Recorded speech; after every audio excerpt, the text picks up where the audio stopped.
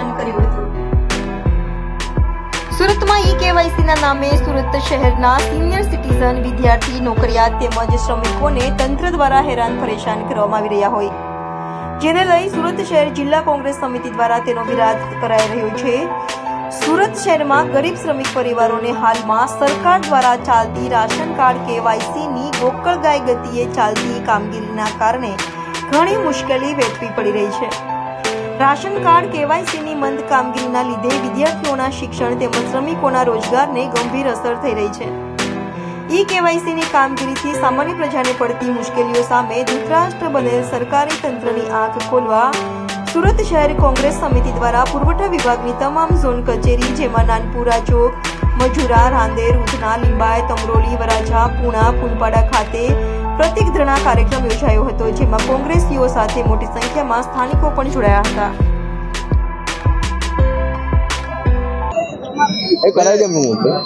આપનો પરિચય? કલ્પેશ બારોટ, પ્રવક્તા, સુરત શહેર જિલ્લા કોંગ્રેસ સમિતિ। આજે કઈ જગ્યા પર કેમ પ્રદર્શનમાં ઉતરવું પડ્યું? સરકાર દ્વારા કેવાયસી ફરજિયાત કરવામાં આવ્યું છે। કેવાયસી ના નામે સુરતના પુરવઠા ખાતાના ભ્રષ્ટ અધિકારીઓ કેવાયસી નામે પ્રજાને રંજાડે છે। સવારે 5 વાગે લોકો લાઈનમાં આવીને ઉભા રહે ત્યારે 10 વાગે ટોકન આપવામાં આવે છે। રોજના માત્ર 100 ટોકન આપવામાં આવે છે। જે ભાજપના માનીતા હોય, જે પૈસા પાત્ર લોકો હોય, એ લોકો ઝોનમાં ડાયરેક્ટ પૈસા આપે અને ટોકન લાઈનમાં કેવાયસી કરવામાં આવે છે।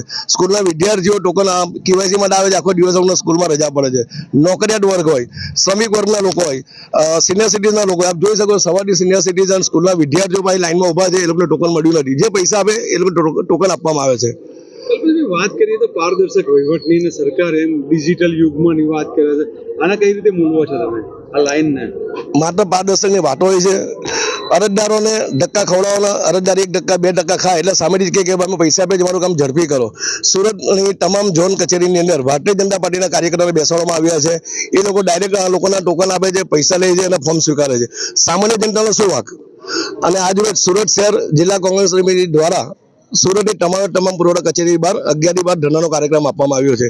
અધિકારી અને એજન્ટોને માત્ર પૈસા જોઈએ છે, 50 રૂપિયા લેવામાં આવે છે। શું અધિકારીને દેખાતો નથી?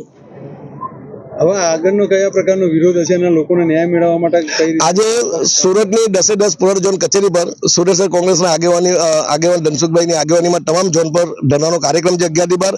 આવતીકાલે અમે શહેરના પ્રશ્નોની રજૂઆત લઈને જિલ્લા કલેક્ટરને મળવાના છે। આજ રોજ સુરત શહેર કોંગ્રેસ સમિતિ દ્વારા સુરત શહેરના 10 પુરવઠા કચેરી આવેલી છે કે જ્યાં રાશન કાર્ડ માટે કેવાયસીની કામગીરી ચાલી રહી છે। જે કેવાયસીની કામગીરીથી વિદ્યાર્થીઓ પરેશાન છે, ગરીબ શ્રમિક પરિવારો પરેશાન છે, હેરાન છે અને દરેક ઝોન ઓફિસ પર એવરેજ રોજના 100 રાશન કાર્ડ ધારકોની માત્ર કેવાયસી કરવામાં આવી રહી છે। એ મુજબ આજ રોજ લીંબાયત ઝોન કચેરી, પુરવઠા ઝોન કચેરી જે છે ત્યાં કોંગ્રેસના લીંબાયત વિસ્તારના તમામ કોંગ્રેસના આગેવાનો, અશોકભાઈ પીપલે, યુથ કોંગ્રેસના પ્રમુખ અમારા મેહુલભાઈ દેસાઈ અને મકસૂદ મિર્ઝા સહિત જાકીર શાહ કે શકીલ મામુ, કેસરભાઈ, બધા જ આગેવાનો ખૂબ મોટી સંખ્યામાં અહીંયા ઉપસ્થિત રહ્યા છે।